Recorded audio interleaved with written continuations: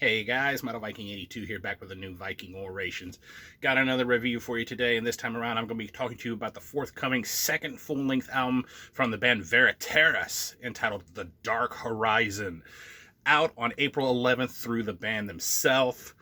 And if you're not familiar with this band, they are a melodic death metal band out of Seattle, Washington, been around since 2019, featuring Santu Winter on guitars, Sean Osterberg handling guitars and vocals, Major Bruno on the bass, and Jason Gooslaw handling the drums. As I said, this is their second full-length album. It is 9 tracks and clocks in right at 31.5 minutes in length. And prior to getting this promo, I knew nothing of this band, so I was going into this without any preconceived notions or any kind of expectations, and I honestly left a fan of this band after I spent some time with this album. My first listen left me so impressed that I immediately started it over for repeat listen, and have gone back to this album quite often ever since. One thing I'm going to get out of the way, though, because I know a lot of people do not like keyboards in their metal whatsoever. But yes, keyboards are definitely as much of a main instrument as any of the others on this album. However, they're never really over the top or, overpowering any of the other instruments. In fact, the way they actually interplay with the guitars on here, especially, to me, that gives it kind of a Children of Bodom feel at times. That's what I was getting. Some examples here. Track number 2, Celestial Darkness, at about 121 in. With that guitar riff at that particular moment and the keyboards right there, that is like a perfect example of what I'm talking about when it sounds like Children of Bodom. It really brings them to mind. Then when you get into track number 6, Manufactured Dreams, it gets a brief solo, if you will, at about 1:12 into that song. That sounds really cool because you don't really hear too many keyboard solos anymore. And the thing about this is Don Gunn, who actually recorded this album, did the keys on their 2022 debut album Shadow of Death, and while he's not listed in the credits on any of the info that I was given as playing the keyboards on here, I'm going to assume that he probably did them on here as well. And cool little fact about him that I found out is that he actually did additional synth work and effects work on In Memoriam's second and final album from 2009, Lost to Antiquity. Great album, great band, so it's kind of cool to see a little connection there.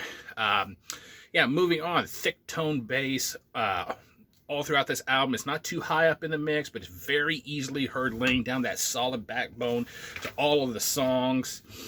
They have a really great drum production overall on this album, with a good snap to the snare. I love the kick drum sound especially. Lots of very interesting patterns, rolls and fills, great blast beats and double bass work, some of which get really fast at times, which always impresses me because I'd be winded like crazy. The guitar work on this album, though, is just absolutely fantastic in my opinion.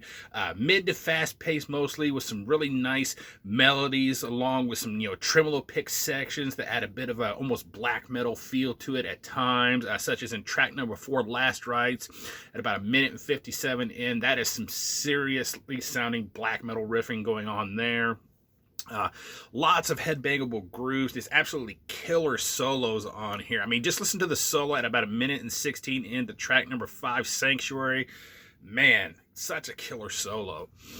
Vocally, Sean utilizes a harsher style of vocal, not quite a growl. And the more I listen to this album, and the more I listen to his vocals, he actually reminded me a bit of Vintersorg's harsher vocals, of course, that he uses during his, not only his solo work, but his work with Borknagar. That's who he was really bringing to mind. Some of the other things I picked out in terms of the vocals, again, going back to track number 4, Last Rites, about 1:08 in, you get these clean vocals that pop up, these male clean vocals. I'm not sure if it's him doing it or not, but they are definitely not in English. I don't know what language it is, but it definitely sounds pretty interesting, I have to say.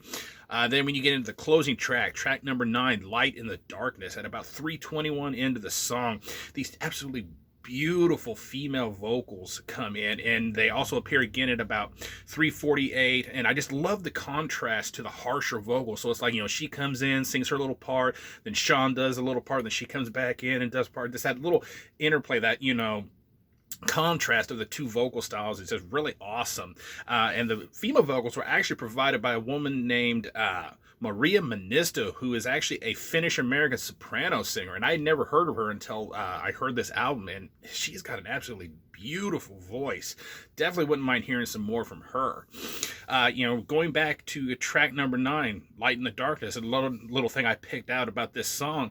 I loved that heavy opening to that song with the, dun dun dun dun riffs, and then it goes into this kind of slow, heavy, chugged section at about 15 seconds in, and then the interplay right there with the keyboards is just so cool. He's got those heavy, chugged riffs, and then the keyboards, the way they mix sounded really cool. And then finally, at about the 28-second mark, it picks up the pace with these fast tremolos, and then finally they're full speed ahead, 36 seconds in, on to the end with some really fast double bass and blast beats. Absolutely killer song. Definitely one of my favorites on this album. Overall, I thoroughly enjoyed this album. It not only gives you plenty of, catchy and melodic moments, but also some nice head-bangable grooves and some really heavy riffing. And, they just really show that they can get heavy, but they can also make you bang your head and just, show that they can also be melodic and catchy at the same time. Everything is just well written and executed, in my opinion. Great vocals, and it has plenty of elements that definitely warrant repeat listens. So if you're a fan of, like, say, Early in Flames or Dark Tranquility or Calma, which actually the band states that they are actually influenced by all of those bands, but I would even throw in, Children of Bodom, maybe some Insufferum. If you like any of those bands, definitely go check out Veriteras.